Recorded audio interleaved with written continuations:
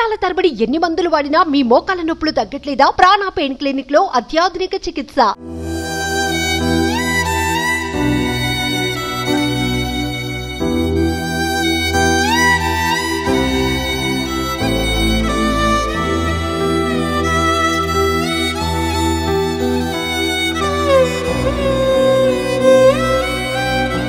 నమస్తే, నేను విజయ్. ఖమ్మం నగరంలో ఉన్నటువంటి కొన్ని దృశ్యాలు, అంటే మున్నేరు వాగు ముంచెత్తిన ఇళ్లలో పరిస్థితులు ఎలా ఉన్నాయో ఒకసారి మీకు కళ్ళకు కట్టినట్టు చూపించే ప్రయత్నం చేస్తాను. ప్రజెంట్ నేను మున్నేరు వాగు పరిసర ప్రాంతాల్లో ఉన్నటువంటి బొక్కలగడ్డ ప్రాంతంలో ఉన్నాను. ఒక్కసారి మనం చూడొచ్చు, ఆ తీగల మీద మనకు అక్కడ ఆ వాటర్ ఫ్లో దాదాపుగా ఆ హైట్ వరకు వెళ్ళింది. అక్కడ వస్తువులన్నీ కూడా ఇరుక్కుపోయినాయి. అంటే దాదాపుగా ఇల్లు మొత్తం పూర్తిగా మునిగిపోయినటువంటి పరిస్థితి.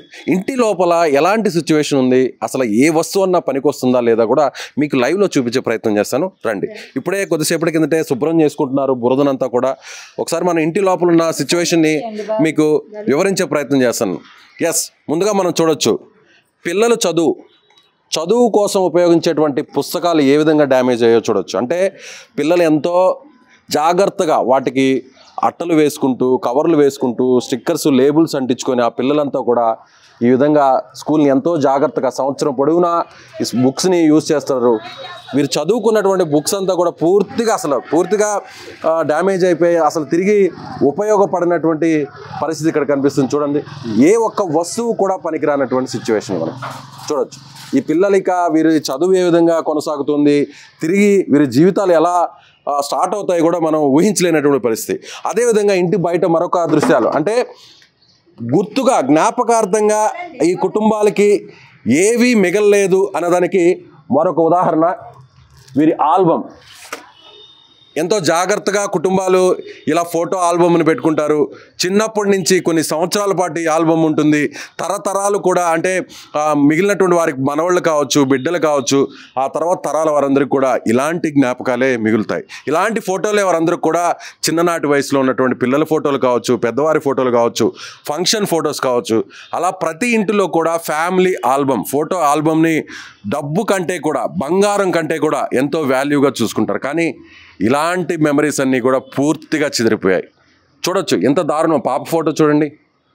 ఇలాంటి ఫొటోస్ దాదాపుగా అనేక వస్తువులంతా మొత్తం బురద, ఎక్కడ చూసినా కూడా పనికిరాని విధంగా, ఉపయోగపడని విధంగా మొత్తం ఉన్నటువంటి పరిస్థితి.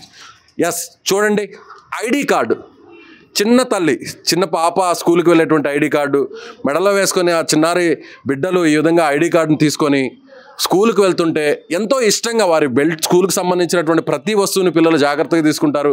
ఎవరైనా వాటిని కాస్తంత డిస్టర్బ్ చేసినా కూడా వాళ్ళు ఏడుస్తూ ఎంతో ఇబ్బంది పడుతూ ఆ వస్తువుల కోసం మారం చేస్తుంటారు. కానీ ఇక్కడ చూడొచ్చు, you Kavya 8th class student, ID number, ID card. So పిల్లలకు సంబంధించిన పాప స్కూల్ కూడా గవర్నమెంట్ హై స్కూల్లో చదువుతుంది. Mayabazar Khammam student ID card. ఇలాంటి దృశ్యాలు ఒక చిన్న ఉదాహరణ. అలాగే దేవుడికి సంబంధించి కూడా ప్రతి ఒక్కరు కూడా, దేవుడా నువ్వే మమ్మల్ని కాపాడాలి, ఏ కష్టం వచ్చినా కూడా మాకు దేవుడు అండగా ఉంటాడు, దేవుడే మమ్మల్ని అన్ని విధాలా కాపాడుతారంటూ కూడా ప్రతి ఒక్కరు కూడా వారి ఇష్టదైవాలని పూజిస్తుంటారు. ఇక్కడ ఒక దృశ్యం చూడొచ్చు, మనం ముడుపు కట్టుకొని అందులో డబ్బుల్ని, రోజువారీ డబ్బుల్ని దాచిపెట్టుకొని దేవుడికి మొక్కులు చెల్లించడానికి ఇలా ముడుపులు కట్టుకున్నారు. ఇక్కడ ఏ వస్తువు మిగలేదు. చూడొచ్చు, ప్రతి వస్తువు, అంటే ఆ ఇంటికి సంబంధించినటువంటి లెక్కలకు సంబంధించిన పుస్తకాలు కావచ్చు, పిల్లలకు.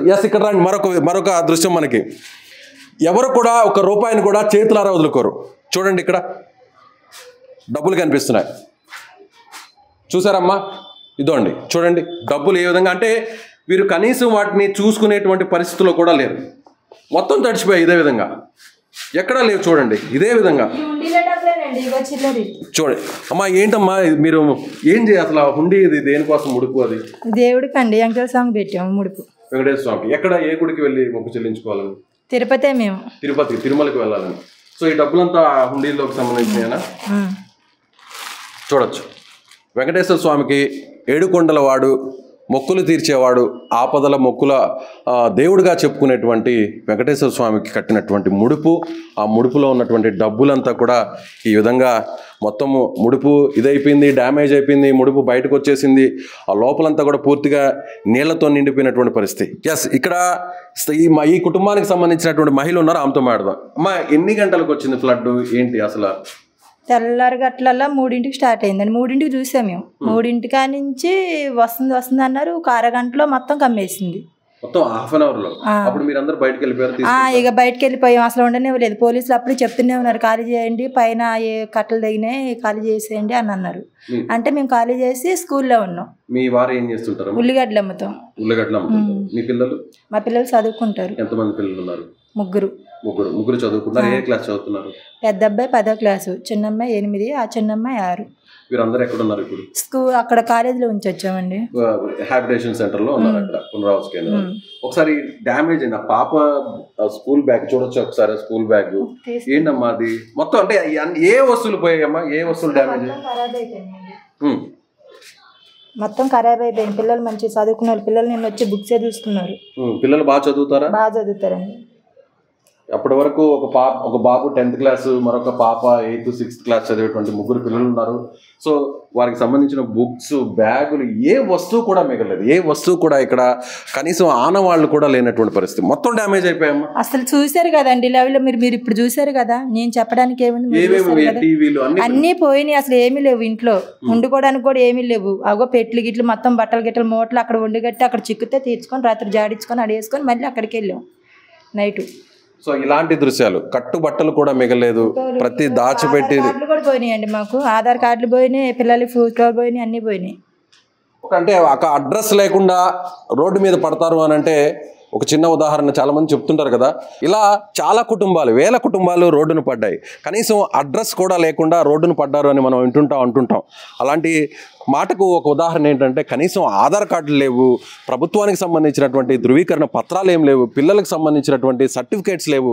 ప్రతి ఒక్కటి కూడా పూర్తిగా కొట్టుకుపోయాయి. అంటే రేపటి నుంచి వీరి జీవితాలు తిరిగి ఎలా కొనసాగించాలి, ఎలా ప్రారంభించారు కూడా అర్థం కానటువంటి పరిస్థితి. రోడ్డును పడ్డటువంటి ప్రతి కుటుంబం కూడా నిరుపేద కుటుంబం. పైసా కూడబెట్టుకొని ప్రతి వస్తువుని కొనుక్కునేటువంటి కుటుంబాలు ఇవి.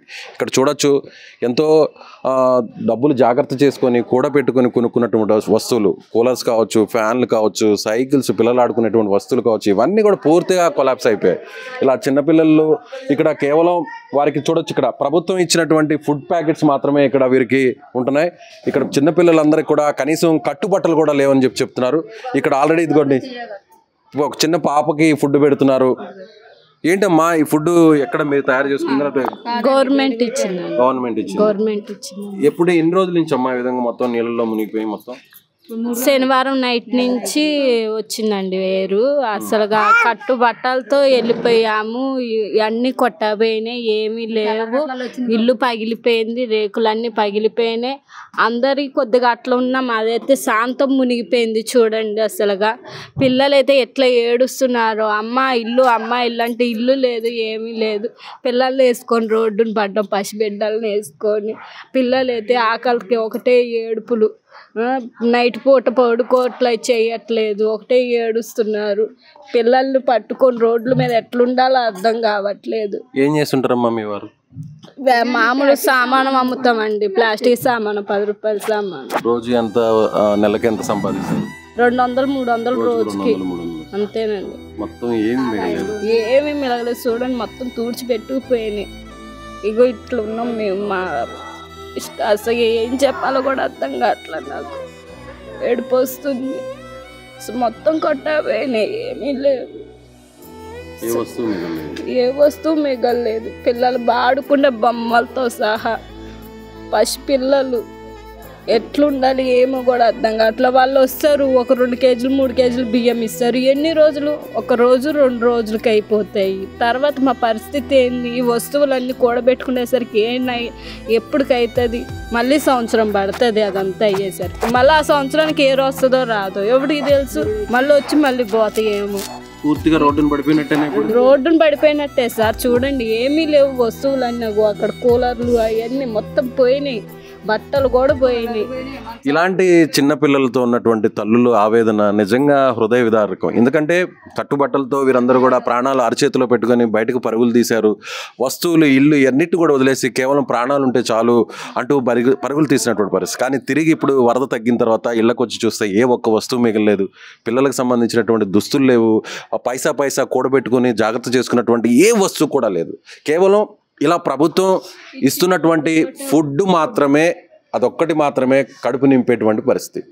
ప్రభుత్వం కొన్ని రోజులు ఇస్తుంది, ప్రభుత్వం కొంత సాయం చేస్తుంది, ఆ ప్రభుత్వం భరోసా ఇచ్చేటువంటి ప్రయత్నం అయితే చేస్తుంది. కానీ తిరిగి ఈ జీవితాలు మళ్ళీ దారిన పడడానికి, గాడిన పడడానికి మరి ఇంకెంత సమయం పడుతుందో కూడా చెప్పలేనటువంటి పరిస్థితి. ప్రతి ఇంటిలో కూడా ఇలాంటి సిచ్యువేషనే, ప్రతి కుటుంబాన్ని కదిలిస్తే ఇలాంటి సిచ్యువేషనే. ఏ వస్తువు మిగలలేదు, ఏ బట్టలు కూడా మిగలలేదు. కేవలం కట్టుబట్టలతో బయటకు వెళ్ళినటువంటి కుటుంబాలు ఇప్పుడు తిరిగి ఇంట్లోకి వస్తే ఎంతో అపురూపంగా జాగ్రత్త చేసుకున్నటువంటి ఏ వస్తువు కూడా కనిపించినటువంటి పరిస్థితి. సో ఇలాంటి సిచ్యువేషన్ ఖమ్మంలో ఎక్కడ చూసినా కనిపిస్తుంది. కెమెరామెన్ సాయితో విజయ్, సుమన్ టీవీ, ఖమ్మం నుంచి.